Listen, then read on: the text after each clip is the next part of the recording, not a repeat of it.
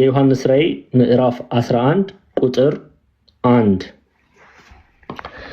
በትር የሚመስል መለኪያ ለእኔ ተሰጠኝ። ምን የሚመስል? በትር የሚመስል መለኪያ ለእኔ ተሰጠኝ። እንዲህም ተባልልኝ፣ ተነስተ የእግዚአብሔር መቅደስና መሰዊያውን በዚያም የሚሰግዱትን ለካ። ምን ለካ ነው የተባለው? በደንብ አድርጋችሁ ስሙ። በትር የሚመስል መለኪያ ለእኔ ተሰጠኝ። እንዲህም ተባለልኝ፣ ተነስተ የእግዚአብሔርን መቅደስና መሰዊያን በዚያም የሚሰግዱትን ለካ። ኦኬ፣ ለካ። ይሄ ቃል የተነገረው ለማን ነው? ኦኬ፣ በሊቃውንት ዘንድ በቤተክርስቲያን አስተምሮ ለቤተክርስቲያን እንደተነገረ ይነገራል። ለምዕመናን ለኔና ለእናንተም እንደተነገረ ይነገራል። በተለይ ራዕይ ዮሐንስ ምዕራፍ 11 ቁጥር 1 ማለት ነው። እንግዲህ መለካት ምን ማድረግ ነው? አንድ ሰው ለካ ሲል የራሱ አደረገ ወይም ደግሞ ገንዘብ አደረገ፣ የእርሱ የሆኑትን መግለጫ ነው ለካ የሚለው። አሁን የእግዚአብሔር መቅደስ የተባሉት እነማን ናቸው? ክርስቲያኖች። የእግዚአብሔር መቅደስ የተባሉት እነማን ናቸው? በክርስቶስ ኢየሱስ የሚያምኑ ክርስቲያኖች፣ እውነተኞቹን አማኞች ነው እየተናገረ ያለው። እስቲ መጽሐፍ ቅዱስ መቅደስ ብሎ ይጠራናል ወይ? እኔና እናንተን በክርስቶስ ያመኑትን መቅደስ ብሎ ይጠራል ወይ? አዎ፣ አስረጅ ልስጣችሁ። ኦኬ፣ ማስረጃ ልስጣችሁ። በደንብ አድርጋችሁ ስሙ። እሺ፣ ድንገት ከፈጠንኩ ወይ ድገምልን ምናምን በሉኝ። እሺ፣ ድንገት ጥያችሁ እንዳልሄድ። እሺ፣ አሁን የመጀመሪያ የምናየው አንደኛ ቆሮንቶስ ምዕራፍ 3 ቁጥር 16ን እናያለን። ኦኬ፣ አንደኛ ቆሮንቶስ ምዕራፍ 3 ቁጥር 16። ከዛ በፊት ቆሮንቶስ የት ናት የሚለውን ላሳያችሁ እንዴ በካርታ እንደለመድነው ወደ ዘመነ ሐዋርያ ሥራ እንመለስ።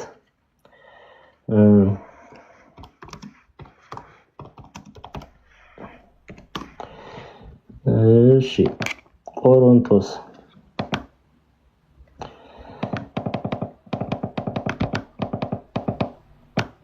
አንዴ ጠብቁኝ።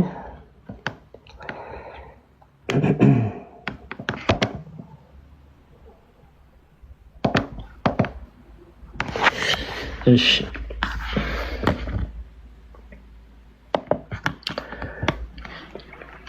ይሄ በቀይ ያለው ቱርክ ነው። ኤዥያ ማይነር ታናሿ እስያ ናት። ቆሮንቶስ ያለችው እዚህ አካያ አውራጃ ላይ ነው። ይሄ ችትና ቆሮንቶስ እዚህ ነው ያለችው አካያ አውራጃ። ይሄ እንግዲህ ሰሜን ከላይ ያለው መቄዶንያ ሰሜናዊ ግሪክ ነው። ኦኬ፣ ይሄ ደቡባዊ ግሪክ ነው። ሰሜናዊ ግሪክ ደቡባዊ ግሪክ ነው። በቀይ የሆነው በሮም ቅኝ ግዛት የወደቀች ናት። ሰሜናዊ በዘመነ ሐዋርያት ሰሜናዊ የግሪክ ክፍል በሮም ቅኝ ግዛት ወድቃለች። ደቡባዊው አካያ አውራጃ የምትገኝ ከተማ ናት ቆሮንቶስ። ኦኬ፣ ቆሮንቶስ ሐዋርያው ቅዱስ ጳውሎስ በቆሮንቶስ ተገኝቶ ወንጌልን አስተምሯል፣ ነገረ ክርስቶስን አስተምሯል። ኦኬ፣ ከዛ በኋላ ደግሞ መልእክት እየጻፈ ያበረታቸዋል፣ ያጽናናቸዋል። አሁን በአንደኛ ቆሮንቶስ ምዕራፍ 3 ቁጥር 16 ላይ ሐዋርያው ቅዱስ ጳውሎስ ለቆሮንቶስ ክርስቲያኖች ምንድነው የሚላቸው? ተመልከቱ። አንደኛ ቆሮንቶስ ምዕራፍ ስለዚህ ቆሮንቶስ ሲል የአካያ አውራጃ ደቡባዊ ግሪክ ለምትገኝ ቤተክርስቲያን እየላከ ነው። ስለዚህ ምዕራፍ 3 ላይ ትመጡና ቁጥር ስንት አልኳችሁ? 16 ምን 16 ይኸው ምን አላቸው? ሐዋርያው ቅዱስ ጳውሎስ የቆሮንቶስን ቤተክርስቲያን የእግዚአብሔር ቤተ መቅደስ እንደሆናችሁ የእግዚአብሔርም መንፈስ እንዲኖርባችሁ አታውቁምን አለ። የማን ቤተ መቅደስ ናቸው አለ? የእግዚአብሔር ቤተ መቅደስ። ኦኬ፣ ሰው ልጅ አምኖ ተጠምቆ ወደ ቤተ ክርስቲያን ሲጨመር የማን ቤተ መቅደስ ነው የሚሆነው? የእግዚአብሔር ቤተ መቅደስ፣ የመንፈስ ቅዱስ ማደሪያ ይሆናል ማለት ነው። እሺ፣ መላከ መዊ ወርቅ አገኘው አባታችን መተዋልና ሀኒ አንዴ አንቺን ላወርድሽና እሳቸውን ላስገባ። እሺ፣ አባታችን እሺ ይግቡ። እግዚአብሔር ያክብርልን። መልሰው ልክ የሎታል አባታችን ይቀበሉ። እሺ፣ ስለዚህ የእግዚአብሔር ቤተ መቅደስ እንደሆናችሁ የእግዚአብሔርን መንፈስ እንዲኖርባችሁ አታውቁምን ይላችኋል ሐዋርያው ቅዱስ ጳውሎስ። እነማን ነው የሚለው? የቆሮንቶስ ቤተክርስቲያን አካያ አውራጃ የምትገኘዋን ቆሮንቶስ ያለችዋን ቤተክርስቲያን ነው። ግን እነሱም ብቻ ነው ወይ እየተናገረ ያለው? አይደለም። እኔና እናንተም የእግዚአብሔር መቅደስ ተብለናል። የእግዚአብሔር የቅዱሱ መንፈስ ማደሪያዎች ተብለናል። ስለዚህ አስረጅ ለምትፈልጉ ሰዎች አንደኛ ቆሮንቶስ ምዕራፍ 3 ቁጥር 16 ላይ የእግዚአብሔር ቤተ መቅደስ እንደሆናችሁ የእግዚአብሔርን መንፈስ እንዲኖርባችሁ አታውቁምን ይላል ሐዋርያው ቅዱስ ጳውሎስ። ይቀጥልና ማንም የእግዚአብሔር ቤተ መቅደስ ቢያፈርስ እግዚአብሔር እርሱን ያፈርሰዋል፣ የእግዚአብሔር ቤተ መቅደስ ቅዱስ ነውና አለ። ከዛስ በኋላ ምን ብሎ አጸናለን? ያውም ማን ነው አለ? እናንተ ናችሁ አለ። ክርስቲያኖች ከኔ ጋር ናችሁ? ያውም የእግዚአብሔር ቤተ መቅደስ ማን ነው አለ? እናንተ ናችሁ። ስለዚህ የእግዚአብሔር ቤተ መቅደስ እያለ ሐዋርያው ቅዱስ ጳውሎስ ይጠራል። በዚህ ክፍል ላይ ብቻ አይደለም፣ ምዕራፍ 6 ላይም ስትመጡ እዛው በቆሮንቶስ መጽሐፍ ላይ ምዕራፍ 6 ቁጥር 19 እና 20 ስትመለከቱ ተመልከቱ። ወይስ ስጋችሁ ከእግዚአብሔር የተቀበላችሁት በእናንተ የሚኖረው የመንፈስ ቅዱስ ቤተ መቅደስ አያችሁ እንደሆነ አታውቁምን? በዋጋ ተገዝታችኋልና ለራሳችሁ አይደላችሁም። ስለዚህ በስጋችሁ ማንን አክብሯል? እግዚአብሔርን አክብሩ።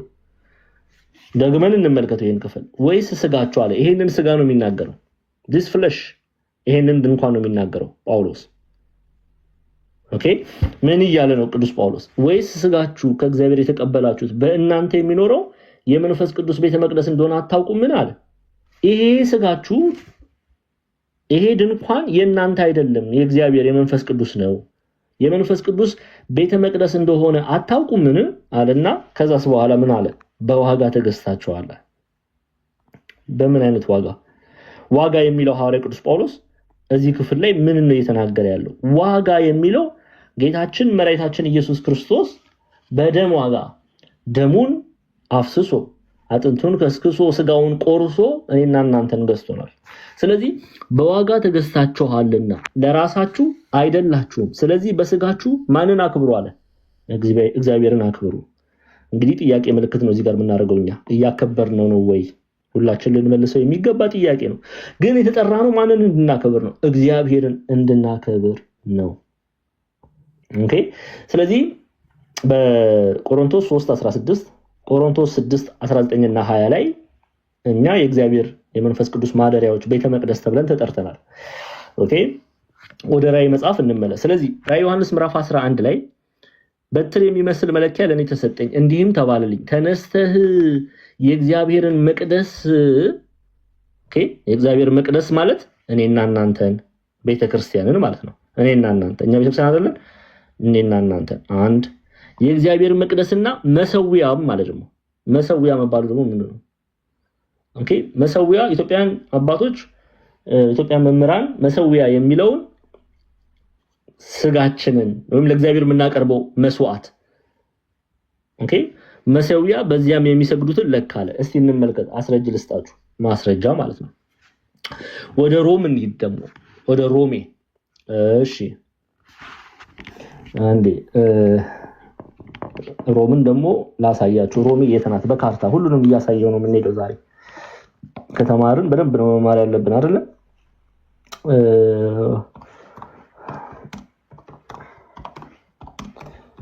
እሺ ሮሜን ደግሞ እንያት።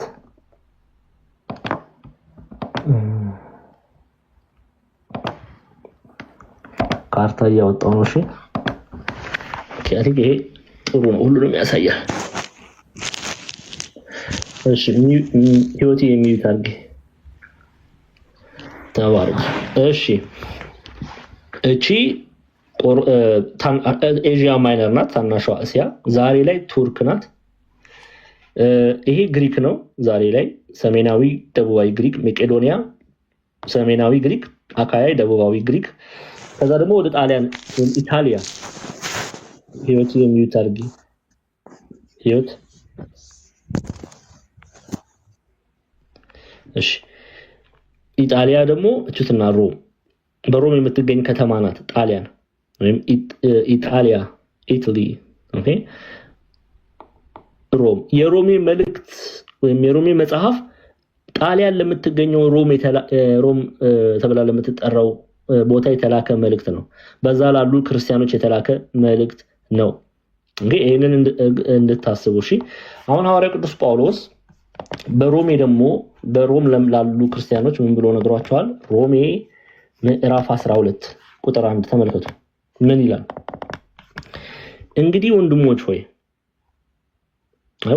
ብሎ ይጠራቸዋል። በምን ምክንያት? በእምነት ስለሚመስሉት ማለት ነው። እንግዲህ ወንድሞቼ ሰውነታችሁ እግዚአብሔርን ደስ የሚያሰኝና ሕያው ቅዱስም መስዋዕት፣ አያችሁ ምን አለ? መስዋዕት አድርጋችሁ ታቀርቡ ዘንድ በእግዚአብሔር ርህራሄ እለምናችኋለሁ፣ እርሱም ለአእምሮ የሚመች አገልግሎት ነው ይላል።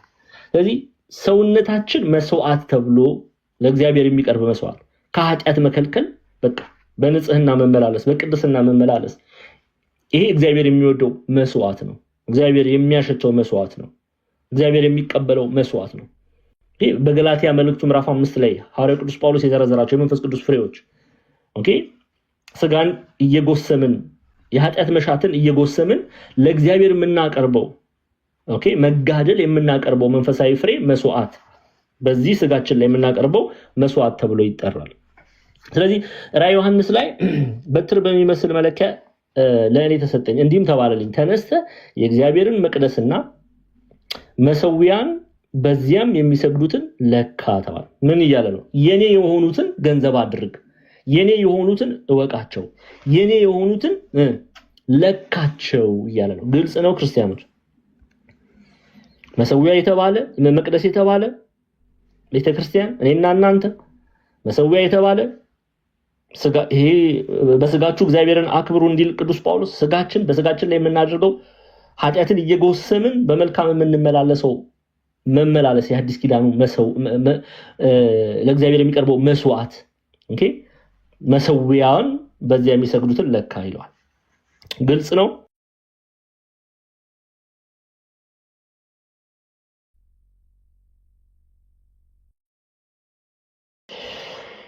ግልጽ ነው አይደለ?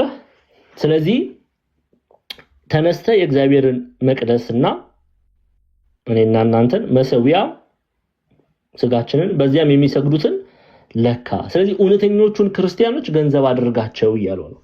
እውነተኞቹን ክርስቲያኖች ገንዘብ አድርጋቸው፣ ቁጠራቸው። አያችሁ፣ የተቆጠሩ ናቸው፣ በእግዚአብሔር ዘንድ የታወቁ ናቸው። በእግዚአብሔር ዘንድ ጻድቃን ሰማዕታት የታወቁ ናቸው። ስለዚህ ራዕይ ምዕራፍ 11 ቁጥር 1 ላይ እንደዛ ነው የምንረዳው። እሺ ሄሉዬ ሮሜ አልገባኝም። ኦኬ ጥቅስ ፈልገሽ ነው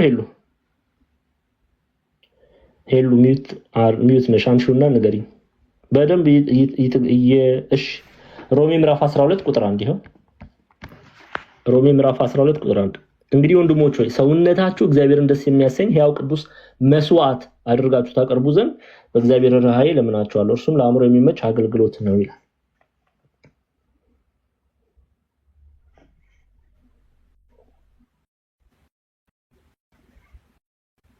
ስለዚህ መቅደስ የተባሉት እነማን ናቸው? ክርስቲያኖች።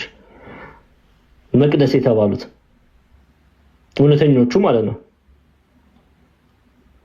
ኦኬ መሰዊያ የተባለው ደግሞ እውነተኛውን መስዋዕት የምናቀርብበት ስጋችን ማለት ነው።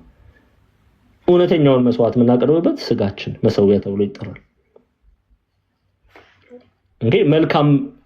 እዚሁ ላይ ቅዱስ ጳውሎስ ይቀጥልና ቁጥር 2 ላይ የእግዚአብሔር ፈቃድ እርሱም በጎና ደስ የሚያሰኝ ፍጹምም የሆነው ነገር ምን እንደሆነ ፈተናችሁ ታውቁ ዘንድ በልባችሁ መታደስ ተለወጡ እንጂ ይህንን ዓለም አትምሰሉ ይላል። አያችሁ መስዋዕቱ ዓለምን አለመምሰል ነው። የሐዲስ ኪዳን መስዋዕት እግዚአብሔር የሚወደው መስዋዕት ምን እስቲ ላብራ እንመልከተው፣ ሰፋ እናድርገው። ከዝሙት መራቅ መስዋዕት ነው አይደለም?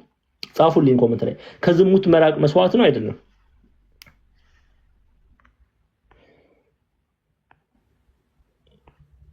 ዝምታችሁን እንግዲህ ነው በሚለው ልውሰደው። አዎ አለመሳደብ መስዋዕት ነው አይደለም? አለመሳደብ ሰዎች ሲሰድቧችሁ እናንተ መልሳችሁ አለመስደብ መስዋዕት ነው አይደለም? ነው።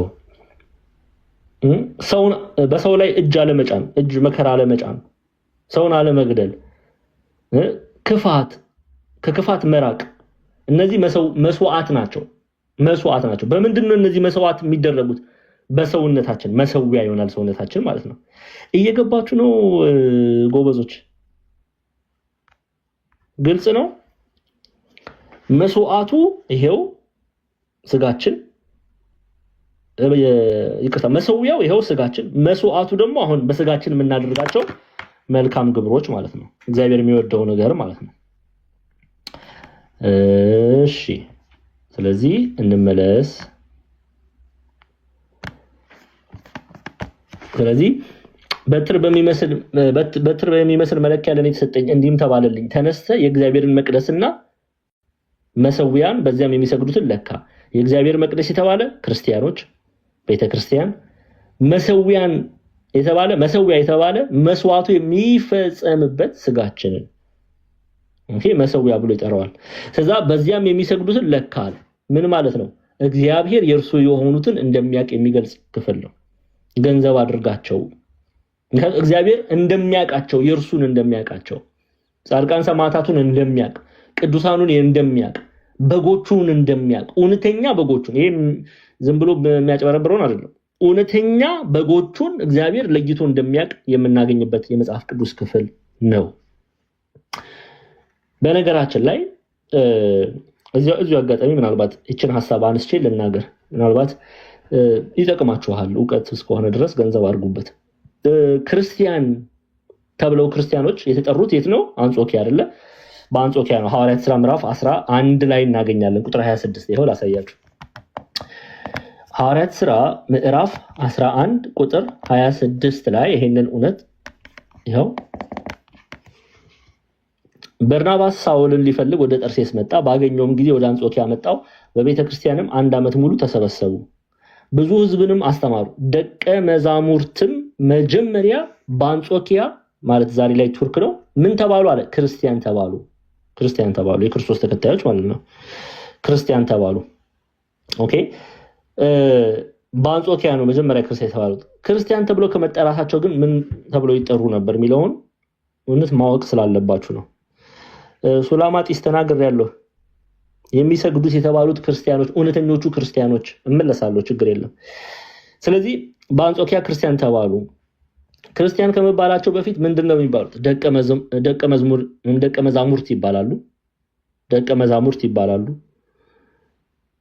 መዛሙርት ይባላሉ። ሌላ ለምሳሌ ሐዋርያት ሥራ ምዕራፍ 9 ላይ ስትመጡ በዚህ መንገድ ይባላሉ። ክርስቲያኖች ስማቸው በዚህ መንገድ። ለምን? ጌታችን መድኃኒታችን ኢየሱስ ክርስቶስ እኔ ምን ብሏል? እኔ ምንድን ነኝ ብሏል? መንገድ ነኝ ብሎ የለ። ስለዚህ የጥንት በዘመነ ሐዋርያት በዚህ መንገድ የተባሉ ይጠሩ ነበር። በኋላ ላይ ግን በአንጾኪያ ነው ክርስቲያን የተባሉት። እሺ፣ በአንጾኪያ ነው ክርስቲያን የተባሉት የክርስቶስ ተከታዮች ማለት ነው። እሺ፣ ወደ ራዕየ ዮሐንስ እንመለስ። ግልጽ ነው። ራዕየ ዮሐንስ ምዕራፍ 11 ቁጥር 1 ግልጽ ነው። አዎ ኃይልዬ በዚህ መንገድ ይባሉ ነበር። ግልጽ ነው። ሐዋርያው ቅዱስ ጳውሎስ ክርስቲያኖች ተብለው ከመጠራታቸው በፊት በዚህ መንገድ እያለ ነው የሚያውቃቸው።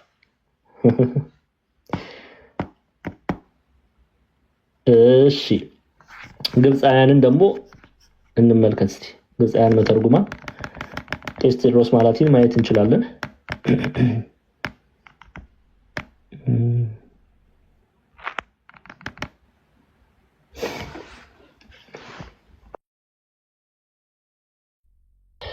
እሺ ቅዱስ ቄርሎስን እንዴ ቅዱስ ቄርሎስ ኢየሩሳሌም ሴንት ሲሪያል ኦፍ ጀሩሳሌም ይባላል። ቅዱስ ቄርሎስ ኢየሩሳሌም እችን ክፍል ራዕይ ምዕራፍ 11 ላይ እሱን በተመለከተ ምን ብሎ እንደሚያስቀምጥ እናያለን። Saint Cyril of Jerusalem suggests that the wicked Jew will not accept him as their Christ and worship him, thinking that he can build them Solomon's temple and restore for them their ancient glory. They will follow him, misled by the signs and miracles he will perform. Some Christians too will follow him. Those who are looking forward to an earthly kingdom, they will think that he is the Christ who will reign over the material world. That is why God warned us, saying, then if anyone says to you, look, here is the Christ, or there, do not believe it. ማቴዎ 24:23 ምን እያለ ነው? ቅዱስ ቄርሎስ ኢየሩሳሌም ክፉዎች አይሁድ መሲህ ነው ብለው ይቀበሉታል። ሐሳዊውን መሲህ ማለት ነው። መሲህ ነው ብለው ይቀበሉታል፣ ያመልኩታልም። እርሱ የሰለሞንን ቤተ መቅደስ እንደገና ይሰራል፣ የቀድሞ ክብራችንን ይመልሳል ብለው ያምናሉ። እርሱ የሚለው ሐሳዊው መሲህ ነው። በሚያደርጋቸው ተአምራትና ድንቆች በመታለልም ይከተሉታል ብሏል። ቀጥለን some Christians የሚለው ግብጻዊ መተርጎም ያስቀመጡት ምድራዊ መንግስትን የሚናፍቁ አንዳንድ ክርስቲያኖችም ይከተሉታል። ክርስቶስ በዳግም ምጽአት በምድራዊ መንግስት ላይ ይነግሳል ብለው ስለሚያምኑ እርሱን ክርስቶስ ነው ብለው ይቀበሉታል። ጌታችን ክርስቶስ በዚህ ወይንም በዚያ አለ ቢሏችሁ አትመኑ ብሎ አስቀድሞ የነገረን ለዚህ ነበረ ይላሉ። ኦኬ። ስለዚህ እነዚህ አንዳንድ ክፉ አይሁዳውያንና አንዳንድ ክርስቲያኖች አይቆጠሩም፣ ከዚህ ቁጥር ውስጥ የሉም። ኦኬ። በትር የሚመስል መለኪያ ለኔ ተሰጠኝ፣ እንዲህም ተባለልኝ፣ ተነስተ የእግዚአብሔርን መቅደስና የመሰዊያውን በዚያም የሚሰግዱትን ለካ። ኦኬ። ስለዚህ ከዚህ ውስጥ የማይለኩ ክርስቲያኖች አሉ እያለን ነው ቅዱስ ቄርሎስ በኢየሩሳሌም። ጉድ ነው እኮ። አይ ክርስቲያን ተብሎ ስለተጠራ ብቻ አይደለም፣ ክርስቶስን ያልመሰለ አይቆጠርም። በእግዚአብሔር መንግስት ውስጥ በሕይወት መጽሐፍ ላይ አይጻፍም። ኦኬ። ስለዚህ ተነስተ የእግዚአብሔርን መቅደስ መሰዊያውን በዚያም የሚሰግዱትን ለካ፣ እውነተኞቹን ክርስቲያኖች ለካ። ኦኬ። በትር መለኪያ የሚመስል መለኪያ ለኔ ተሰጠኝ፣ በሕዝቅኤል ላይም እንዳለው ነው። መለኪያ ነው በቃ። መለኪያ በመለኪያ መገለጡ አንድ ነገር ስትለኩት ገንዘብ እንደምታርጉት የራሳችሁ እንደምታርጉት ለመግለጽ ነው። ኦኬ። መቆጠራቸውን ክርስቲያኖች ጻድቃን ሰማዕታት መታሰባቸውን በእግዚአብሔር ዘንድ እንደማይረሱ በሕይወት መጽሐፍ ላይ እንዳሉ የሚገልጽ ክፍል ነው። ስለዚህ ተነስተ የእግዚአብሔርን መቅደስ መሰዊያም በዚያም የሚሰግዱትን ለካ። ለማን ነው የሚሰግዱት? ለእግዚአብሔር። ያልተቆጠሩት ለማን ይሰግዳሉ? ለሐሳዊው መሲህ ይሰግዳሉ። እናየዋለን። አሁን ወደ ኢየሩሳሌም በደንብ አድርገን ሐሳዊው መሲህ ገብቶ አሁን ልንጀምር ነው። ከአርብ ጀምሮ ሐሳዊው መሲህ ነው የምናየው። ምን አደረገ በኢየሩሳሌም የሚሉትን ነጥቦች በነጥብ በአበው ትምህርት እናያለን። ኦኬ። ስለዚህ ለእግዚአብሔር በእውነት በጽድቅ የሚሰግዱትን ለካቸው፣ መታሰባቸውን በእግዚአብሔር ልቦና ውስጥ እንዳሉ ጻድቃን ሰማዕታት የሚገልጽ ክፍል ነውና ቅዱስ ቄርሎስ በኢየሩሳሌም አንዳንድ ክፉ አይሁዳውያን ከዚህ አይቆጠሩም፣ አንዳንድ ክርስቲያኖችም ለሐሳዊው መሲህ በመስገዳቸው ምክንያት አይለኩም እያለ ነው። ግልጽ ነው። በኋላ ፈተና ላይ የለሁበትም።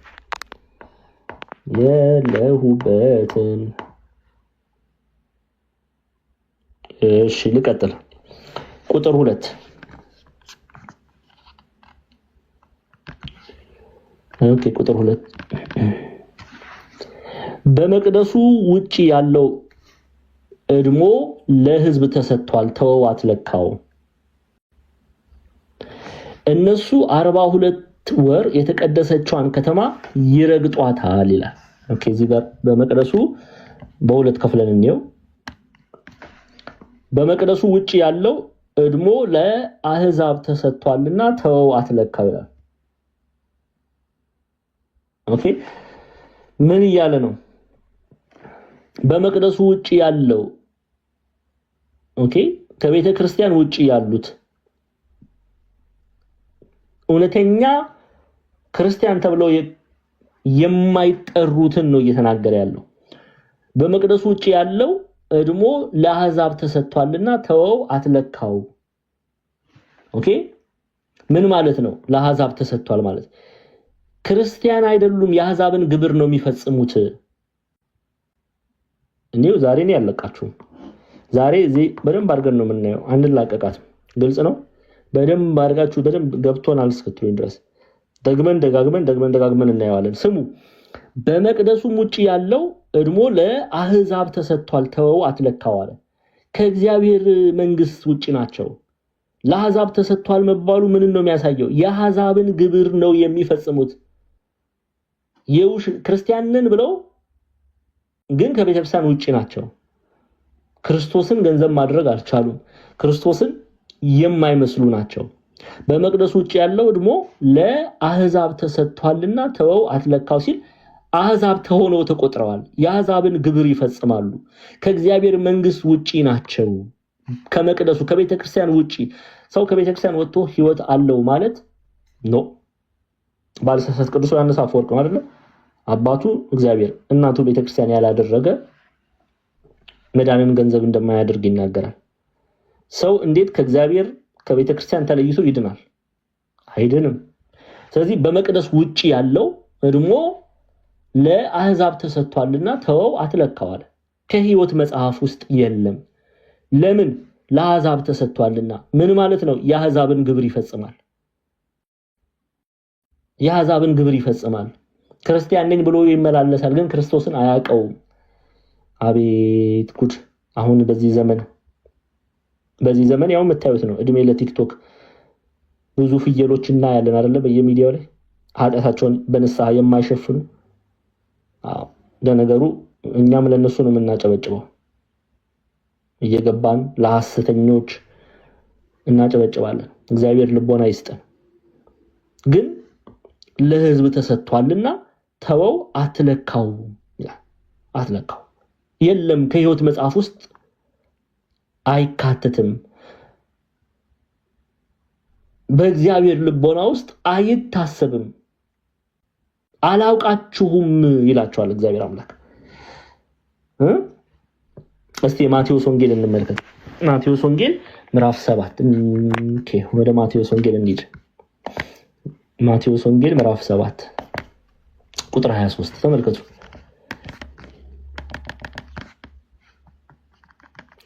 እነሱ ምን ይሉታል? በዚያን ቀን በፍርድ ሰዓት ብዙዎች ቁጥሩ ምንድነው? በጣም ብዙ የሆኑ ሰዎች ምን ይሉታል? ጌታ ሆይ በስምህ ትንቢት አልተናገርንምን? በስምህ አጋንንት አላወጣንምን? በስምህ ብዙ ታምራት አላደረግንምን? ይሉኛል። የዚያን ጊዜም ከቶ አላውቃችሁም እናንተ አመፀኞች ከእኔ ራቁ ብዬ መሰክርባቸዋለሁ። በእውነት ስላላመኑ፣ የመንፈስ ቅዱስ ፍሬ ስላላፈሩ፣ በእግዚአብሔር ላይ በቃሉ ላይ ስላመፁ፣ ከቤተ ክርስቲያን ውጪ ስለሆኑ። አንዳንድ ጊዜ እኮ ሰው ቤተክርስቲያን ውስጥ ቁጭ ብሎ እያስቀደሰ ከቤተክርስቲያን ውጪ እኮ ነው።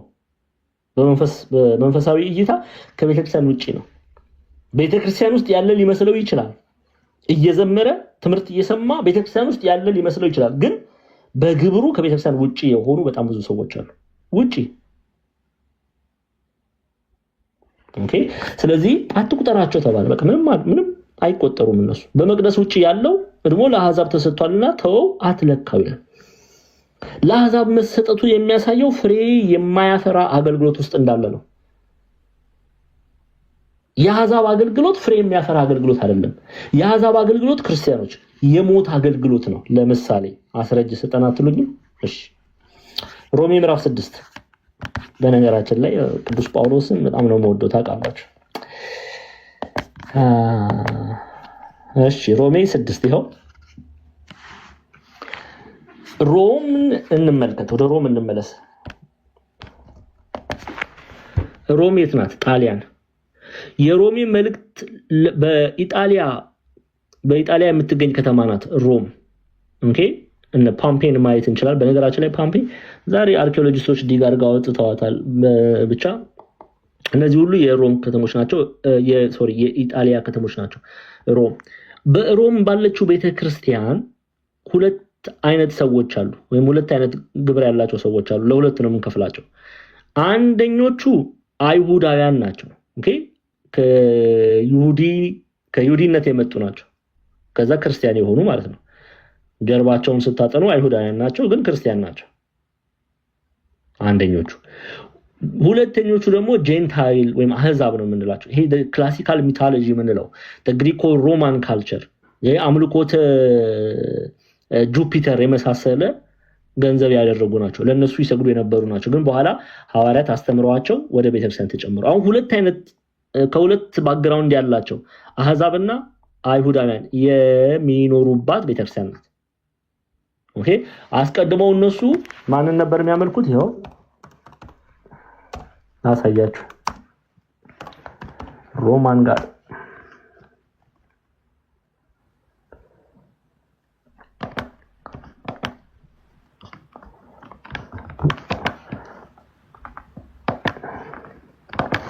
ስለዚህ እነሱ አስቀድሞ ጁፒተርን ነው የሚያመልኩት። ኦኬ ጁፒተርን ኦኬ ይሄ ግሪኮ ሮማን ካልቸር በግሪክ ዙስ በሮም ጁፒተር ተብሎ ይጠራል። ለእርሱ ለምንድን ነው ማሳያችሁ? ምክንያት ስላለኝ ነው። ቆይ አንዴ በደንብ ላሳያችሁ።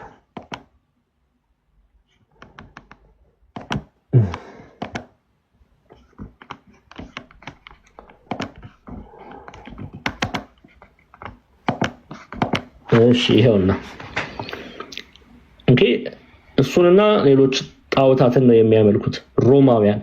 ስለዚህ ሐዋርያው ቅዱስ ጳውሎስ አሁን መልእክት እየላከላቸው ነው። ኦኬ በኢጣሊያ ከተማ ላለችው ለሮም ማለት ነው። በሮም መልእክቱ ላይ ኢትዮጵያን ሊቃውንት የሮሜን መጽሐፍ ብለው ነው የሚጠሩት።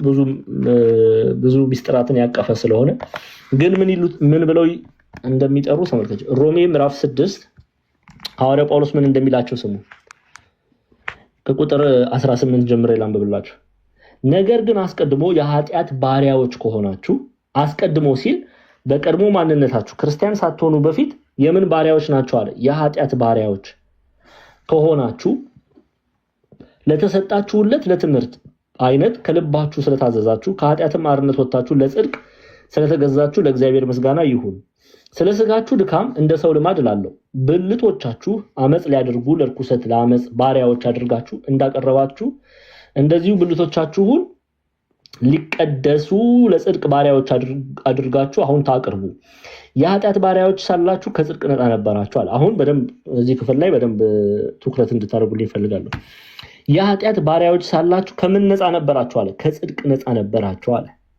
እንግዲህ አስቀድማችሁ ጁፒተርን በምታመልኩበት ዘመን ከምን ነፃ ነበራችሁ እያላችሁ ነው። ከጽድቅ ነፃ ነበራችሁ።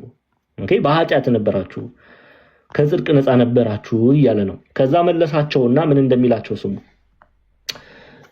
እሺ የኃጢአት ባሪያዎች ሳላችሁ ከጽድቅ ነፃ ነበራችሁ። እንግዲህ ዛሬ ከምታፍሩበት አያችሁ ነገር ያን ጊዜ ምን ፍሬ ነበራችሁ አለ። ዛሬ ከምታፍሩበት ነገር ሲል ዛሬ ላይ ሆናችሁ ክርስቲያን ሆናችሁ ዛሬ ላይ ሆናችሁ በቀድሞ አሁን ክርስቶስን ነው እያመለካችሁ ያላችሁት። ግን በቀድሞ ለጁፒተር ስትሰግዱ ያ የምትሰግዱት ሂደት ያ ህይወት የሚያሳፍር ህይወት ነው እያላችሁ ነው። በእውነት የሚያሳፍር ህይወት እኮ ነው። ለጣዖት መስገድ የሚያሳፍር ህይወት ነው። አሁን ላይ ክርስቲያን ሆነው ግን እነሱ ያንን ያለፈውን ማንነታቸውን ሲመለከቱ የሚያሳፍር ነው። ስለዚህ ቅዱስ ጳውሎስ ምን አለ? ዛሬ ከምታፍሩበት ነገር ያን ጊዜ ምን ፍሬ ነበራችሁ አለ። ደግሞ ተመልከቱ፣ ለጣዖት መስገድ ፍሬ ያለው አገልግሎት አይደለም። ምንም ፍሬ የለውም። ለጁፒተር መስገድ ፍሬ የለውም። በነገራችን ላይ ብዙ ጣዖታት አሉ። ለምሳሌ እግዚአብሔርን እንዳናይ የሚከለክለን ማንኛውም ነገር ጣዖት ነው። ገንዘብ ጣዖት የሆነባቸው ሰዎች የሉም? አሁን በመካከላችን ለገንዘብ የሚሰግዱ የሚገዙ ማለት ነው። ሰገደ ስንል መንበርከኩን ብቻ እንዳታስቡ፣ መገዛትን ይናገራል። ለገንዘብ የሚገዙ የሉም? አሉ። የሉም? አሉ። ለሴት የሚገዙ የሉም? ለወንድ የሚገዙ የሉም? ለሴት ለወንድ ብለው እምነታቸውን የሚቀይሩ የሉም? አሉ። ለዚህ እኮ ነው ቅዱስ ዮሐንስ አፈወርቅ ክርስቶስን እንዳታይ ሚስት ከከለከለች ባል ከከለከለሽ ሚስት ያ አብሮሽ ያለው ወይም አብራህ ያለችዋ ሚስትም ሆነ ባል ጣዖት ነው የሚለው። እግዚአብሔርን እንዳናይ ማንኛውም ጓደኛ ሊሆን ይችላል፣ እናት ልትሆን ትችላለች፣ አባት ሊሆን ይችላል። ማንኛውም ነገር ከከለከለን ያ ነገር ጣዖት ነው። ክርስቲያኖች ይሄን ልታውቁና ልትረዱ አምሹር ታውቃላችሁ። ይሄ Christianity 101. Okay, just simple thing. I'm sure you understand. So ጣዖት ማምለክ ለጁፒተር ወይም ለአርጤምስ ወይም ለሌሎች መስገድ አይደለም። ኦኬ ለነሱ ብቻ መስገድ ብላችሁ እንዳታስቡት። በእኔና በእናንተ ህይወት ላይም ጣዖት የሆኑብን ብዙ ነገሮች አሉ። ለምሳሌ ዘረኝነት ጣዖት የሆነበት ሰው የለም? ኧረ እኔ እኮ እንደዚህነቴ ከሃይማኖቴ ይበልጣል የሚል አቤት እግዚአብሔር ሆይ ስንቱን ታሰማናለህ። እንዲህ አይነት ዘመን ደርሰናል፣ ጣዖት የሆነበት። ኦኬ፣ ስለዚህ ልንጠነቀቅ ያስፈልጋል። ስለዚህ ቅዱስ ጳውሎስ ምን አላቸው? እንግዲህ ዛሬ ከምታፍሩበት ነገር ያን ጊዜ ምን ፍሬ ነበራችሁ? የዚህ ነገር መጨረሻ ሞት ነውና አለ። አያችሁ አይደለ? የኃጢአት መጨረሻ ምንድነው? ሞት ነውና። አሁን ግን አላቸው ከኃጢአት አርነት ወጥታችሁ ለእግዚአብሔር ተገዝታችሁ ልትቀደሱ ፍሬ አላችሁ። እሺ ይሄስ ምንድነው? መጨረሻው የዘላለም ህይወት ነው። ለክርስቶስ ሲሆን መጨረሻ አለው። እሱ ምንድነው? የዘላለም ህይወት። ለኃጢአት ሲሆን መጨረሻ አለው። እሱ ምንድነው? ሞት። ኦኬ፣ ሞት ነው ማለት ነው። ከዛ በኋላ ሐዋርያው ቅዱስ ጳውሎስ እዚሁ ላይ የኃጢአት ደሞዝ አለ። ይሄው የኃጢአት ደሞዝ ሞት ነውና የእግዚአብሔር የጸጋ ስጦታ ግን በክርስቶስ ኢየሱስ በጌታችን የዘላለም ህይወት ነው ይላል። አንብቡት ሮሜ መጽሐፍ፣ የሮሜን መልእክት። it's a beautiful book። በጣም ደስ የሚል መጽሐፍ ነው። በነገራችን ላይ መልእክት ነው፣ ማንበብ ሳይሆን ብሉት። ደግሞ ቀዳችሁ ብሉት። ዲያቆን ዛማኑኤል ቀዳችሁ ብሏል ብላችሁ አልወጣኝም። እኔ ብሉት ስል ቀዳችሁ አላልኩም። ብሉት ማለት አንብቡት፣ በደንብ አንብቡት፣ ከስጋና ከደም ጋር አዋህዱት ማለት ነው። ኦኬ፣ እና እንዲህ ነው የምንረዳው። ኤኒዌይስ እንቀጥል። ግዴታ እኮ ነው ቲጂ፣ የመጠንቀቅ ያስፈልጋል። የቲክቶክ ጸባይ። እሺ እንመለስ ጎበዞች። የት ነበርን? እንደዛ ሰካራም መድረክ ላይ ነህ እንደማትሉኝ ተስፋ አደርጋለሁ። እሺ በመቅደሱም ውጪ ያለው ህልሞ ለአህዛብ ተሰጥቷልና ተወው አትለካዋለ። ስለዚህ ያ የሚያሳፍር ባህሪ፣ ያ ፍሬ የሌለው ባህሪ፣ ያ ሞትን የሚወልደው ባህሪ የአህዛብ ባህሪ ነው፣ ለአህዛብ የተሰጠ ነው። ስለዚህ አትለካው ሲል እውነተኛ ያልሆኑትን ክርስቲያኖች ተዋቸው፣ አላውቃቸውም እያለ ነው። ለካ አትለካ የሚለው ቃል ለካ ሲል አውቃቸዋለሁ፣ አትለካ ሲል አላውቃችሁም እያለ ነው። እሺ ገንዘብ አድርጉት። እሺ እንቀጥል። እነሱም 42 ወር የተቀደሰችዋን ከተማ ይረግጧታል። እነርሱ የተባሉ እነማን ናቸው? ሐሳዊ መሲህና ሐሳዊ መሲህን የሚከተሉ ክርስቲያኖች ናቸው። አይሁዳውያን ናቸው። በእግዚአብሔር የማያምኑ ናቸው። አግናስቲክ ናቸው። ኤቲስት ናቸው። ሴት ናቸው፣ ወንድ ናቸው። ብቻ እነርሱ ሲል ሐሳዊ መሲህን የሚከተሉ 42 ወር የተቀደሰችዋን ከተማ ይረግጧታል። 42 ወር ምን ማለት ነው እናያለን። እሱ ግን ይረግጧታል ሲል ይገዟታል ማለት ነው። የተቀደሰችው ከተማ የተባለችው ማን ናት? ኢየሩሳሌም። ሐሳዊ መሲህ በኢየሩሳሌም ቅድስቲቱ ከተማ በተባለችው በኢየሩሳሌም ይቀመጣል። ይሄን በሁለተኛ ተሰሎንቄ ላይ ምዕራፍ 2 ቁጥር 4 ላይ ቅዱስ ጳውሎስ ፍንጭ ሰጥቶናል።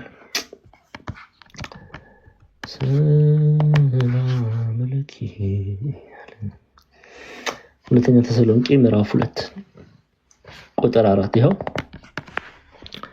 እኔ እግዚአብሔር ነኝ ብሎ አዋጅ እየነገረ ጎረምሳው ሐሳዊው መሲህ ማለት ነው፣ ዱርዬው ማለት ነው፣ የሐሳዊው መሲህ የክርስቶስ ተቃዋሚ ማለት ነው።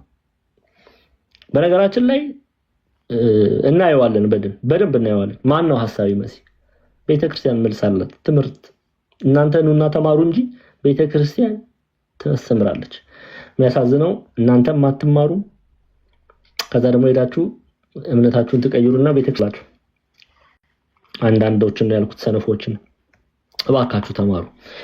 እሺ ይሄው እኔ እግዚአብሔር ነኝ ብሎ አዋጅ እየነገረ በእግዚአብሔር ቤተ መቅደስ እስኪቀመጥ ድረስ አምላክ ከተባለው ሁሉ ሰዎችም ከሚያመልኩት ሁሉ በላይ ራሱን ከፍ ከፍ የሚያደርገው ተቃዋሚ እርሱ ነው ይላል። ስለ ሐሳዊ መሲህ ነው የሚናገረው ሐዋርያው ቅዱስ ጳውሎስ።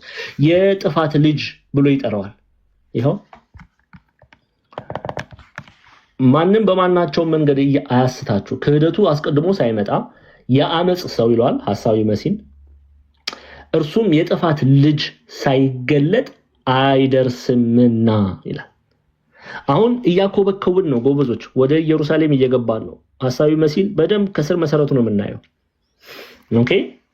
ስለዚህ ሐሳዊ መሲህ የሚነግሰው የት ነው? በቅድስቲቱ ከተማ ኦኬ፣ በኢየሩሳሌም። ኦኬ። እዚህ ጋር ብዙ አይነት እይታ አለ፣ ግን እናንተ እንድትይዙት ፈልጋለሁ።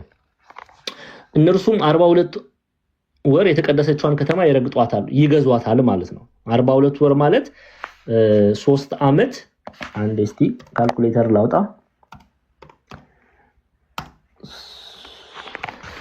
42 ወር ማለት ስንት ማለት ነው? 3 ዓመት ከግማሽ አይደለ? 42 በ3 እስቲ እናካፍለው። ቆይት 42 ወር አይደለ? አንድ ወር ስንት ነው? አንድ ዓመት ስንት ወር ነው ያለው? አንድ ዓመት ሂሳብ እንስራ እንጂ ጎበዞች። አንድ ዓመት 12 ወር አይደለ? 12 እስቲ ሲባዛ በ3 36 ይመጣል አይደለ? አዎ። ከዛ በ3 ስናበዛው 36 ስንት ይቀረናል ማለት ነው? ሲቀነስ 42 ሲቀነስ 36 42 ሲቀነስ 36 6 ማለት ነው። ስለዚህ 3 ዓመት ከግማሽ 3 ዓመት ከግማሽ 3 ዓመት ከ6 ወር አይደለም። በደንብ ስሙ። 3 ዓመት ከ6 ወር አመረ ነው። እግዚአብሔር ይስጣችሁ። 3 ዓመት ከ6 ወር ማለት ነው። እሺ ቀሲስ ቀለመ ወርቅ መጥተዋልና አንድ ሰው ብቻ፣ አንድ ነው ያልኩት። እባካችሁ አንድ ሰው ብቻ ነው የሚወርድ፣ ሌላ ሰው እንዳትወርዱ። አንድ ሰው ብቻ በፈቃድ ቀሲስን ላስገባቸው። እሺ ትንሿ በቃ አንቺን አወርድሻለሁ። እሺ ቀሲስዬ፣ ቀሲስ ቀለመ ወርቅ የምወደው አባቴ። ጎበዞች አሁን ብዙ ሂሳብ እንሰራለን። ወገባችሁን ጠበቅ አድርጉ። 42 ማለት 3 ዓመት ከ6 ወር 3 ዓመት ከ6 ወር። ምክንያቱም ለምሳሌ 42 በአንድ ዓመት ውስጥ 12 ወር አለ። ያው ቆይ አንዴ 12 ወር አለ።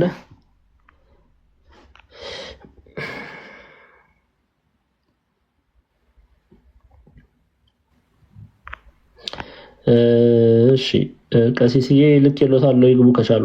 ቀሲስ ቀለመ ወርቅ ልክ የሎታለው ሲችሉ ይግቡ። እሺ አንድ ዓመት 12 ወር አለው። ሱላማጢስ አንድ ዓመት 12 ወር። እሺ ያው በ12 ብለን እንያዘው። አንዳንዱ ሰው 13 ኢትዮጵያ፣ አንዳንድ 13 ይሆናል የሚሉም ሰዎች አሉ። ብቻ 12 ብለን እንያዘው። በ3 እናባዛ ስንት መጣ? 36። መጽሐፉ የሚለው ስንት ዓመት ይገዛሉ ነው ያለው። እነርሱም 42 ወር ነው የተቀደሰችዋን ከተማ ይረግጧታል። ይረግጧታል ማለት ይገዟታል ማለት ነው። እነሱ የተባሉ ሐሳዊ መሲህና እርሱን የሚከተሉ 42 የተቀደሰችዋን ከተማ ይረግጧታል፣ ይገዟታል። የተቀደሰችው ከተማ የተባለችው ኢየሩሳሌም 3 ዓመት ከ6 ወር በሐሳዊ መሲህ አገዛዝ ስር ትወድቃለች ማለት ነው። 3 ዓመት ከ6 ወር። ምክንያቱም 42 36 ይመጣል። 36 ላይ 6 ስንጨምር 6 ወር ስንጨምር ይኸው 42። ሂሳብማ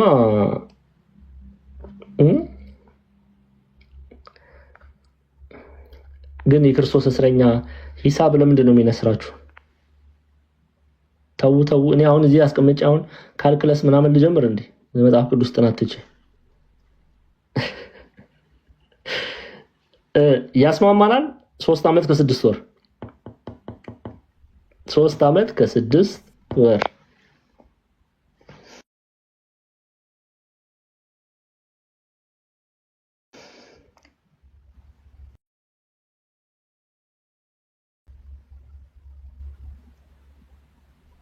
ኦኬ በነገራችን ላይ የቤተክርስቲያናችን ትርጓሜ ነብዩ ኤልያስ ኤልዛቤል ባሳደረችው ጊዜ 3 ዓመት ከ6 ወር በበረሃ ቆይቷል 3 ዓመት ከ6 ወር ኦኬ አስረጅ ልስጣችሁ መጽሐፍ ቅዱሳዊ መረጃዎች እናያለን እሺ ታገሱኝ እንዳትደክሙብኝ እሺ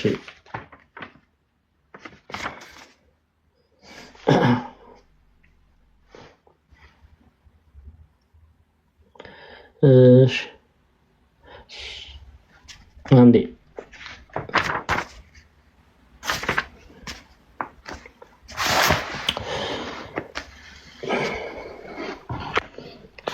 ቬሪፋይ መጽሐፍ ቅዱሳዊ መረጃ ልስጣችሁ አንዴ ጠብቁ መጽሐፍ ቅዱሳዊ መረጃ ልስጣችሁ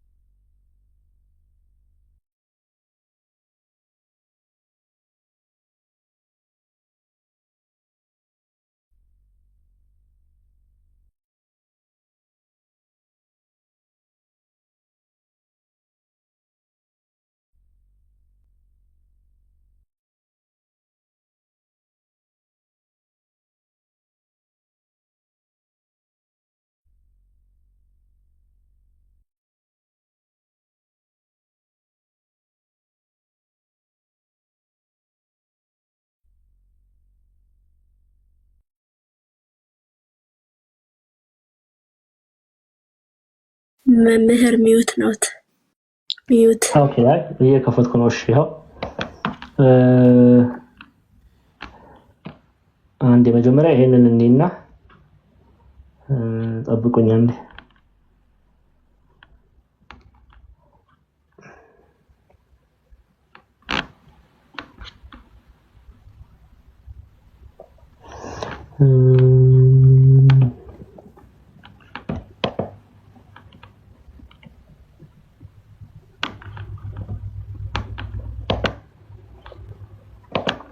this ኦኬ ያው እሺ መጽሐፈ ነገሥት በደንብ 40 እሺ መጽሐፈ ነገሥት ቀዳማዊ 18 ላይ ነውልኝ አንዴ ግን ሙሉውን አናነበውም እሺ ሰዓት ለመጠበቅ ከየት ጀምረን እናንብበው መሰላችሁ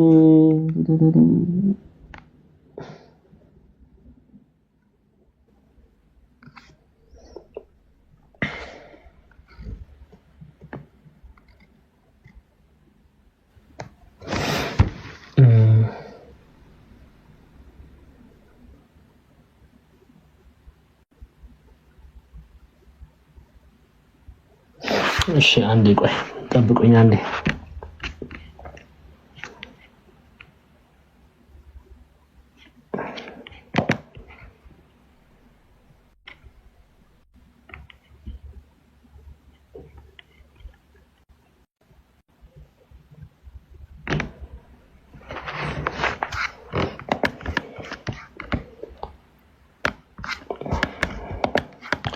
እሺ ከአስራ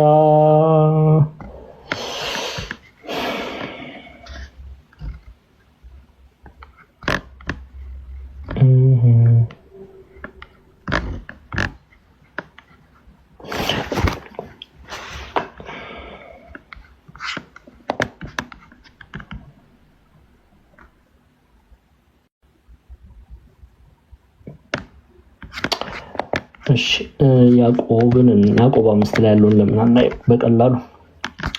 እሺ ያዕቆብ መልእክት ምዕራፍ 5 ያለውን እንመልከት። እሺ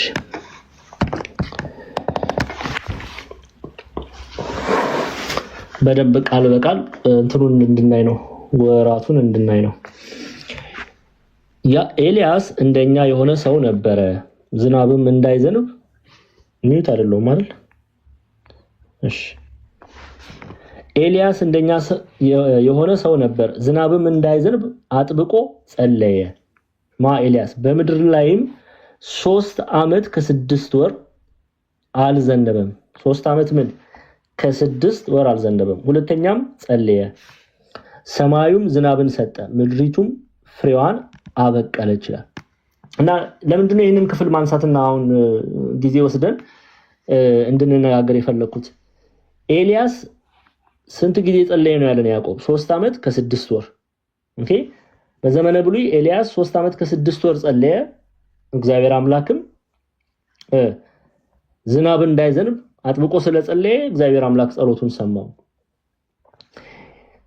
አሁን ሐሳዊ መሲህ በዚህ ምድር ላይ 3 ዓመት ከ6 ወር በኢየሩሳሌምን ሲገዛ፣ ሲረግጥ ማለት መግዛት ማለት ነው። ሲገዛ 3 ዓመት ከ6 ወር በሚገዛ ጊዜ ኤልያስና ማን ነው የመጡት? ሄኖክ።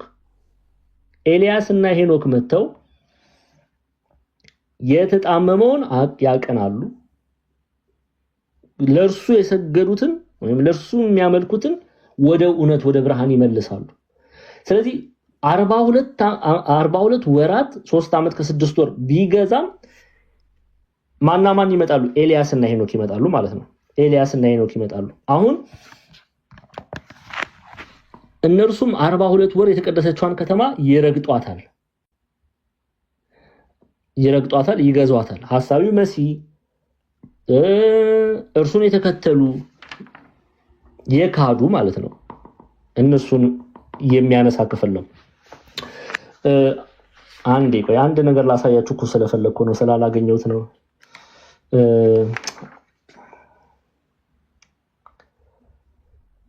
ኦኬ ስለዚህ ኢትዮጵያ ሊቃውንት ነብዩ ኤልያስ ኤልዛቤል ባሳደደችው ጊዜ 3 ዓመት ከ6 ወር በበረሃ ቆይቷል ብለው ያስቀምጣሉ።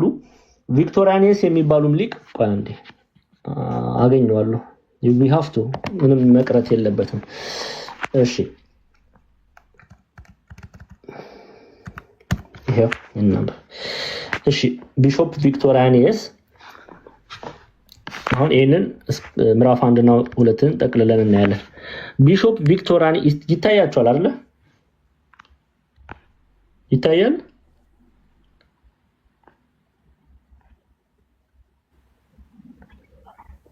ይታያችኋል በደንብ እንዴ? አረ መልሱልኝ። እሺ ስክሪንሾት እንድታደርጉትም ስለምፈልግ ነው። ይሄንን ነው ላሳያችሁ የምፈልገው። ይሄንን ላሳያችሁ ፈልጋለሁ። ኢትዮጵያ ሊቃውንት እና ቢሾፕ ቪክቶሪያኒስም ሆነ ግብፃውያን መተርጉማን በዚህ ሐሳብ አንድ አይነት ሐሳብ ነው ያላቸው። አሁን እስካሁን ያየነው ቪክቶሪያኒስንም እንድታዩ ስለምፈልግ ነው። እሺ ይኸው ተገኝቷል። ቢሾፕ ቪክቶሪያኒስ think that the temple refers to the believers who are abiding in the church. ኦኬ ቅድም ምን ብለናል? የተቆጠሩት አማኞች ናቸው፣ እውነተኞቹን አማኞች ነው ይላል። ከዛ ደግሞ the outer court ማለትም ያልተቆጠሩት ከቤተ ይኸው በራዩ ቃል በቃል በመቅደስ ውጪ ያለው ደግሞ ይለናል። ኦኬ ያለው ደግሞ the outer court is those who are aligned to the church. The period of the the outer court የማይቆጠሩት ከቤተክርስቲያን የራቁ ኦኬ የራቁት መሆኑን ይናገራል። ከዛ እንቀጥልና the period of the 42 months አሁን ይሄንን ነው እንድትይዙልኝ የፈለኩት። ቆይ አንዴ እሺ the period of the 42 months 42 ወራት ማለት ነው። 42 ወር አንዴ በደንብ ስሙ። the period of the 42 months is the period during which the deceiver ይለዋል። ዲሲቨር ያለው ማንን ነው? the antichrist የክርስቶስ ተቃዋሚ ሐሳዊ መሲህ will lead astray ወይም ከእግዚአብሔር የሚያርቅበት በኢየሩሳሌም ኦኬ በቅድስቲቱ ከተማ ላይ ነግሶ ብዙ ሰዎችን ከእግዚአብሔር የሚለይበት ወር ነው። 42 ወር 3 ዓመት ከ6 ወር ቅድም እንዳየነው ይሄ ቦዝ ኢትዮጵያን አባቶች ግብፃውያን መተርጉመው ቪክቶሪያን የስነ ምስራቃውያን የቤተክርስቲያን አባቶች ምንም የማያሻማ ሐሳብ ነው። ጀስት አስረጅ ልስጣችሁ ብዬ ስለፈለኩ ነው። ኦኬ እሺ ሌላ አንድ ሁለት ልግለጽላችሁ። ለምሳሌ አቦሊዲስ ዘሮምን ብትመለከቱ ይህ ጊዜ ሐሳዊ መሲህ በምድር ላይ የሚገንበትን ዘመን ያመለክታል ይላል። አቦሊዲስ ዘሮም የተባሉ ደግሞ ሊቅ ምን ብለው ያስቀምጣሉ? ይህ ዘመን 42 የተባለው 42 ወር የተባለው ዘመን ሐሳዊው መሲህ በምድር ላይ በደንብ ስሙ፣ በምድር ላይ የሚገንበት ዘመን ነው። 3 ዓመት ከ6 ወር 3 ዓመት ከ6 ወር አብዛኛው የሚስማማው 3 ዓመት ከ6 ወር የሚለው ነው። እሺ ሌላ አንድ በቤተክርስቲያን ታሪክም ዲዮቅልጥያኖስ ክርስቲያኖችን የጨፈጨፈው ለ3 ዓመት ከ6 ወር እንደሆነ ይነገራል። ኦኬ ይሄንን ማወቅ ያስፈልጋል። እንግዲህ በዚህ ሐዲስ ኪዳንም የሚከሰተው ሐሳዊ መሲህ የሚሰለጥነው ስራውን የሚሰራው 3 ዓመት ከ6 ወር ነው። ኦኬ 3 ዓመት ከ6 ወር። እሺ ትትና አንድ የሚዩት አድርግልኝ። አንድ ሂሳብ ደግሞ እዚህ ጋር ላሳያችሁ። 3 ዓመት ከ6 ወር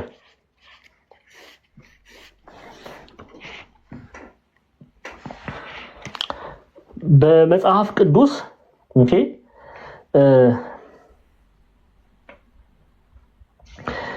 በመጽሐፍ ቅዱስ 7 ቁጥር የምን ምሳሌ ነው ብያቸዋለሁ? 7 ቁጥር የምን ምሳሌ ነው? ለምንድን ነው 3 ዓመት ከ6 ወር ወይም 42 ወር የሚለው ሐሳብ እናየዋለን። 7 ዓመት የፍጹምነት አይደለ? የቅዱሳን ምሳሌ ነው።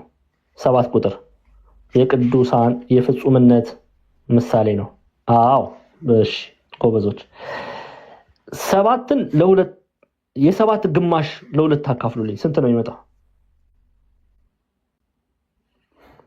ቶሎ በሉ ካልኩሌተር እስቲ አብሩና እዚሁ እያየን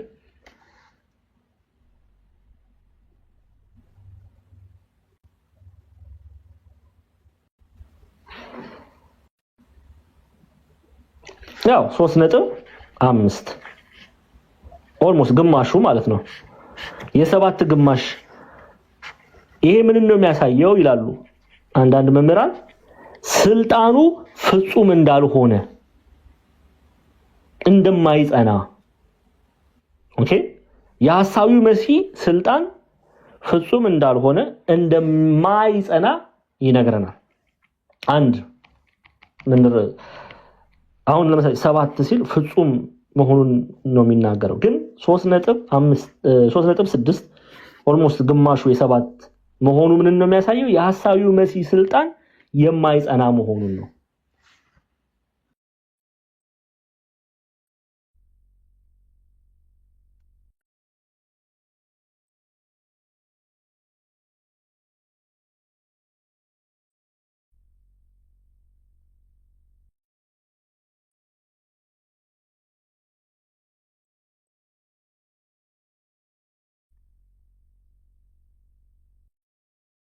መምህር ሚዩት ነው። ኦኬ ይቅርታ። ቴንኪው ተትና የተባረኪ። እነሱም 42 ወር የተቀደሰችዋን ከተማ ይረግጧታል ይላል። አሁን ግልጽ የሆነ ሁለቱ ክፍሎች በደንብ ተረድታችኋል ወይ? ግልጽ ነው። ልቀጥል። በደንብ ገብቷችኋል? ምክንያቱም አሁን ስለ ሐሳዊው መሲህ እንማራለን። ከዚህ ተያያዥነት አለው። ሐሳዊው መሲህ ማን ነው? መንገድ ጠራጊ የተባለው ሐሳዊ ነብይ ማን ነው? 666 ምንድን ነው? ከዚህ ነው የሚጀምረው። አሁን ዝም ብሎ ሮጦ ምዕራፍ 13 ላይ መንከባለል አይደለም። ከዚህ ነው የምንጀምረው። አሁን በደንብ እያየን እያጠራን ነው የምንሄደው። በቲክቶክ ዘመናችሁ አንድ ቁም ነገር እንኳን ሰርታችሁ ያልፋል ማለትም ቲክቶክ ከተዘጋ እንኳን አንድ ቁም ነገር ሰርቻለሁ ዮሐንስ ራእይን ተመረያለሁ ብላችሁ ገንዘብ እንድታደርጉ ፈልጋለሁ። ስለዚህ 42 ወር የሚለውን ግልጽ ነው። 3 ዓመት ከ6 ወር ሐሳዊው መሲህ በኢየሩሳሌም ይገዛል። እሺ ቁጥር 3 እንሂድ። ይደገም የምትሉ እንግዲህ ሰላምዬ ሪኮርድ ስላለ አድምጡ። ለሁለቱ ምስክሮች ጥያቄ መጠየቅ ይቻላል? ከትምህርት በኋላ ዛሬ ጥያቄ ጊዜ አይደለም።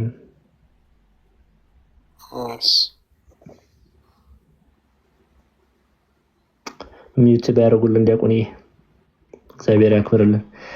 ጥያቄ ካሎት ጥያቄ የያዙና በትምህርቱ ላይ ከሆነ ጥያቄ ካሎት አርብ የሚቀጥለው ሳምንት የጥያቄና የመልስ የፈተና ጊዜ ስለሆነ የዛኔ የምጡ አባታችን። እሺ ዲያቆን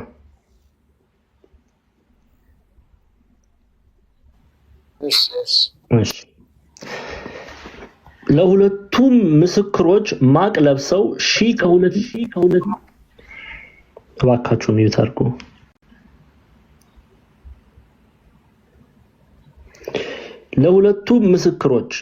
ለሁለቱም ምስክሮቼ ማቅ ለብሰው 1260 ቀን ትንቢት ሊናገሩ እሰጣለሁ ይላል።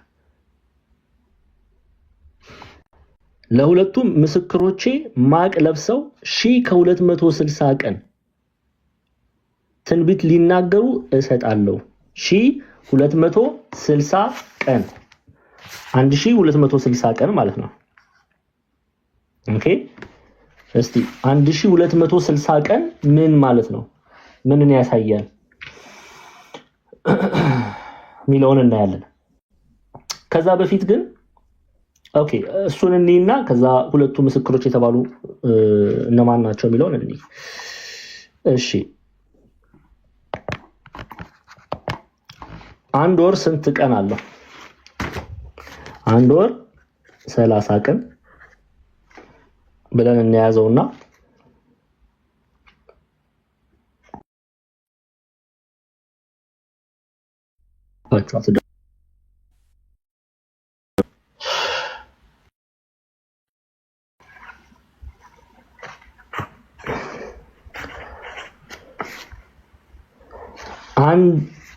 አንድ ወር ይቅርታ አንድ ወር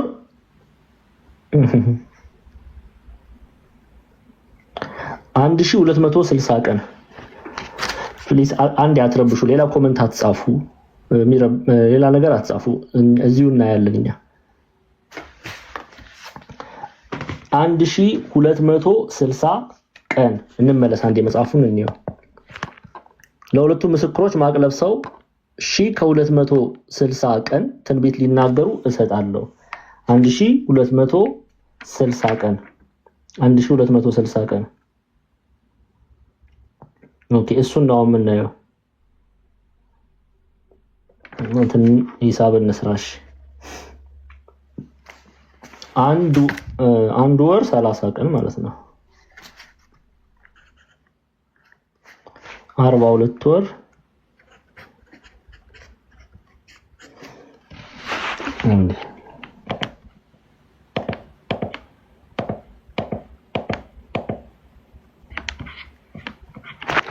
ስንት መጣ ማለት ነው? አንድ ወር ነው።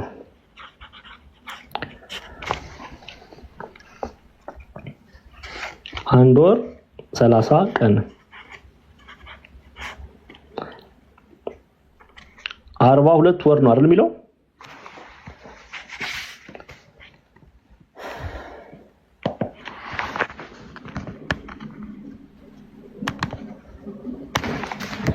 እነርሱም 42 ወር የተቀደሰችዋን ከተማ ይረግጧታል። ስለዚህ 42 ወር ኤኒዌይስ አንድ ወር 30 ቀን ከሆነ 42 ወር ስንት ይመጣል ማለት ነው? ክሪስ ክሮስ ማለት ነው። አለቀ እንዴ 42 ሲባዛ በ30 ካፈል ዋን እናደርገዋለን። 42 ሲባዛ 30 ስንት ይመጣል? ትትና እስቲ ንገሪኝ ቁጥር። ራዕይ ዮሐንስ ቀርቶ ሂሳብ ሆነ ስራችን። ትትና እርሶን ነው የምንጠብቀው። ወይ 1260 ላይ ትትና መስኮት ነው ሂሳብ የተማረች። በዚህ አጋጣሚ እህታችን ትትናን ፎሎ አድርጓት። እሺ አካውንቷ ተዘግቶባታል።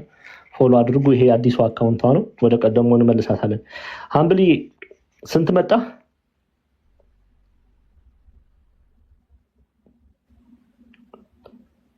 ኧረ ሃምብል ስንት? 1260 እርግጠኛ ነሽ? በኋላ ደግሞ ሌላ ችግር ውስጥ እንዳልገባ 1260 ስለዚህ ምን ይመጣል ማለት ነው? 1260 ታዲያ መጽሐፍ ቅዱሱ ተሳስቷል? እስቲ እንየው። ለሁለቱም ምስክሮች ማቅ ለብሰው 1260 ቀን ትንቢት ሊናገሩ እሰጣለሁ ማለት ነው። እሰጣለሁ አለ። እዚህ 1260 ቀን 42 ወር 3 ዓመት ከግማሽ ከ6 ወር ማለት ነው።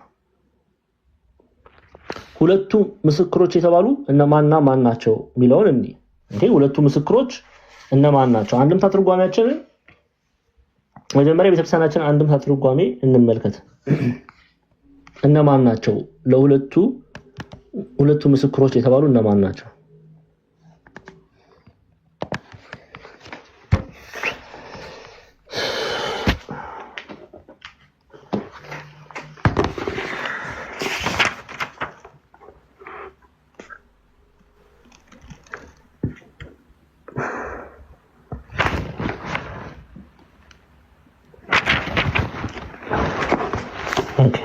ይታያል።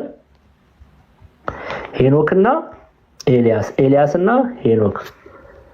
ኢትዮጵያውያን ሊቃውንት፣ በነገራችን ላይ ኢትዮጵያውያን ሊቃውንት ብቻ አይደለም እናያለን፣ ሁሉንም እናያለን። አንዴ ታገሱኝ፣ ማስረጃ እያቀረብኩ ስለሆነ የምትማሩ እያንዳንዱን እናያለን። አንዴ ልክፈትላችሁ። እሺ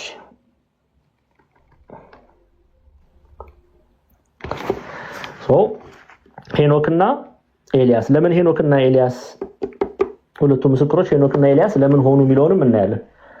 ኦኬ ኢትዮጵያውያን መተርጉማን በትርጓሜያቸው ላይ ሄኖክና ኤልያስ ብለው አስቀምጠዋል። ኦኬ እሺ ሌሎችንም እንመልከት። ኢትዮጵያውያን ብቻ ናቸው ወይ? ኖ የኤርሊ ፋዘርስ ምንላቸው አበው